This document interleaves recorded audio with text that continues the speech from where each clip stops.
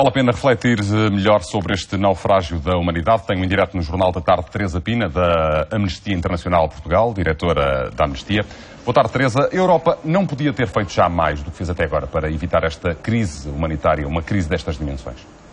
Boa tarde, muito obrigada desde já pelo convite. Sim, na verdade, desde março do ano passado que a Amnistia Internacional tem vindo a chamar a atenção para esta questão com a campanha SOS Europe, precisamente por entender que estamos perante a maior crise de deslocados desde a Segunda Grande Guerra. 60 milhões de pessoas em todo o mundo estão fora dos seus países de origem e mais de 80%, 86% encontram-se curiosamente em países em vias de desenvolvimento. Ou seja, vemos estas imagens que foram exibidas em várias reportagens, são de facto imagens que nos deixam com o coração partido e por vezes até com uma sensação de impotência, mas a verdade é que a fatia das pessoas que na verdade chega ou tenta chegar à Europa é muito reduzida em comparação com a dimensão desta crise, que é de facto o maior desafio do século XXI, ou pelo menos um dos mais graves e urgentes que todos os países devem enfrentar. E em particular a União Europeia, que deve ter uma resposta global, e portanto coerente e não episódica, com países como a Alemanha e a Suécia a acolherem quase 50% destas pessoas e os outros usando por vezes até retórica populista e xenófoba no caso de alguns países e temos assistido a isso ao longo dos últimos meses, mas sobretudo também soluções muito pontuais, por exemplo, um reforço financeiro à Grécia, que foi feito em agosto, porque, como sabemos, é um dos países mais afetados por esta questão que evoluiu para uma crise humanitária, mas, e isso é bem-vindo, naturalmente, mas são pequenos passos isolados, dispersos, que não permitem, no fundo, que esta questão seja vista de uma forma global, conjuntamente com a questão do tráfico humano também, que deve ser naturalmente combatido. Teresa, deixe-me interrompê-la só para lhe colocar esta questão. O Presidente do Conselho Europeu propôs hoje que a Europa passe a acolher 100 mil e não os 40 mil refugiados, como estava inicialmente previsto, mas de resto até não estava sequer fechado. Isso será suficiente?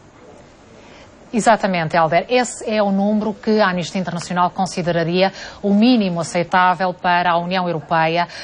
colaborar, como digo, nesta que é uma crise global de refugiados e deslocados e que tem aqui um foco muito importante na Europa, onde, como sabemos, o número, as travessias são as travessias mais mortíferas em todo o mundo. Esse é, de facto, um número que seria um ponto de partida e que permitiria, no fundo, em 4 anos, portanto, acolher 1 milhão de pessoas que, de acordo com o Alto Comissariado das Nações Unidas para os Refugiados, necessita de realojamento urgente. Esse seria, de facto, um número muito importante. Veremos como é que os países da União Europeia reagem, porque, como sabemos, há um grande desequilíbrio entre países que têm sido extremamente generosos e depois países com uma grande população, como, por exemplo, a Polónia. E posições que são absolutamente divergentes entre eles. Deixe-me perguntar-lhe se considera que é ou não preciso mudar as políticas de asilo que estão espartilhadas à escala europeia.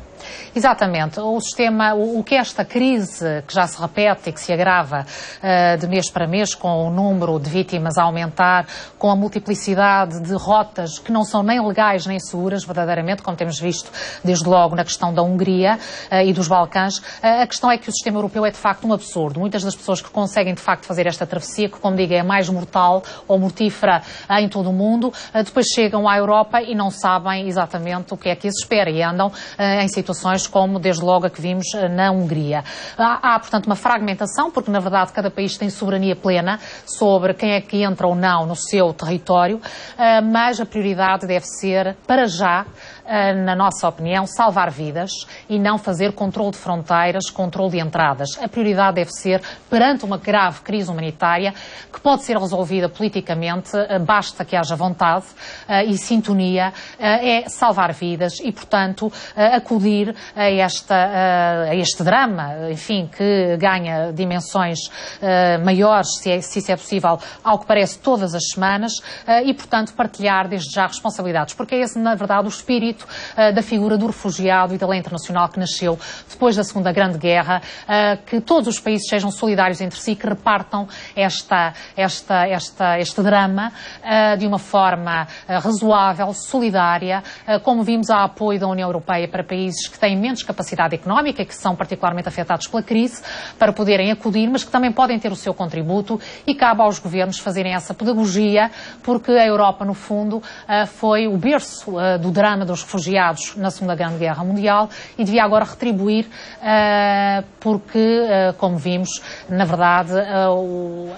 a fatia, se assim posso chamar, de pessoas que poderiam vir a sua situação resolvida na União Europeia é muito pequena quando comparada com a de outros países. Basta ver o caso do Líbano, que no caso da guerra da Síria ou do conflito sírio, viu a sua população aumentar em 25%, portanto um país com cerca de 4 milhões de habitantes, em 25% em 4 anos. Isto sim é um drama demográfico, económico, social,